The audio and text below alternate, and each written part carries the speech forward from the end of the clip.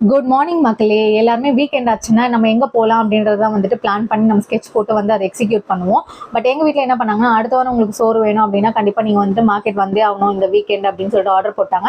அதை கண்டிப்பாக சோறுக்காக ஸ்கிப் பண்ண முடியல. அதனால பைய தூக்கிட்டு 8 மணி ஆனாலும் பரவாயில்ல அப்படின்னு சொல்லிட்டு மார்க்கெட்டுக்கு கிளம்பிட்டோம். மார்க்கெட் உள்ளே போன உடனே பார்த்தீங்கன்னா வெஜிடபிள்ஸ் எல்லாமே இருக்குது. உள்ளே வந்துட்டு ஃப்ரூட்ஸ் இருக்குது, மஷ்ரூம்ஸ் இருக்குது, ஸ்வீட் கார்ன்ஸ் இருக்குது. எல்லாமே வந்துட்டு ஒரு ஸ்ட்ரீட்டில் வந்துட்டு குட்டி குட்டி சந்து மாதிரி வந்துட்டு வச்சுருக்காங்க. இது வந்து எங்க வீட்டு கிட்ட இருக்க மார்க்கெட். அதனால நாங்க வந்து இங்க யூஸ்வலா போற இடம். நீங்க வந்து மார்க்கெட்ல வாங்குவீங்களா இல்ல அப்படின்னா உங்க பக்கத்துல இருக்க கடையில வாங்குவீங்களா அப்படின்றத மறக்காம கமெண்ட் பண்றேங்க. மார்க்கெட்ல வாங்கினோம் அப்படின்னா நமக்கு காஸ்ட்டும் கம்மியாகும். பிளஸ் ஒரே நாளே நம்ம வந்து எல்லா பர்ச்சேசிங்கும் வந்துட்டு முடிச்சிடலாம்.